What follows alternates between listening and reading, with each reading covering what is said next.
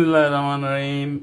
हम आज कीनू का ऑरेंजेस का मामलेट बनाने लगे हैं और मामलेट के लिए मैंने छिलके समेत कीनू या ऑरेंजेस ले सकते हैं आप। और छोटी वाली एक आती है चाइनीज़ ऑरेंज, मैंने वो उसका बनाया था, वो भी आप ले सकते हैं। और उसके बीच का हिस्सा ये वाला निकाल दीजिए, उसमें से बीज निकाल दीजिए। मैंने बीज भी तकरीबन निकाल दिया और कुछ बीज रह जाए तो कोई हर्ज नहीं। ये देखिए, ये बीज भी निकाल दिए, लेकिन कुछ बीज रह जाए तो कोई हर्ज नहीं। और इसको लेके डायरेक्ट हम अपने चूल्हे पे ले गया हूँ। ये कढ़ाई के अंदर मैंने इसको डाल दिया और आप इसके किसी तकल्लुफ के बगैर इसको अंदर डालिए। मैं कैमरा रख दूँ, कैमरा मैंने रख दिया है। मेरा चूल्हा बुझ गया था, चूल्हा जला दूँ। चूल्हा मैंने जला दिया है और जनाब आली इसको हम पकाएंगे। थोड़ा सा इसमें पानी डाल देंगे और इसको गलाना शुरू कर देंगे।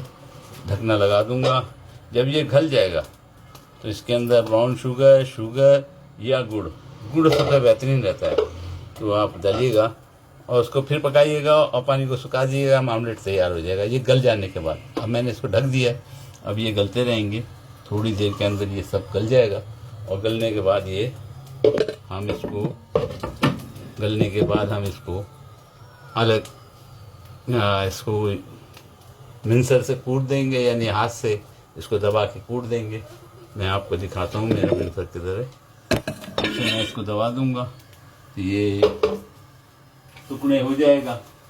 और होने के बाद आप चाहें तो इसमें इलायची, लौंगी और दालचीनी डाल सकते हैं। और सादा बनाना है तो सादा भी बन जाएगा, कोई हर्ज नहीं है।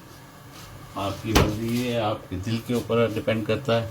मैं आज सादा बनाऊंगा, इसको सादा बनाऊंगा। तो मैं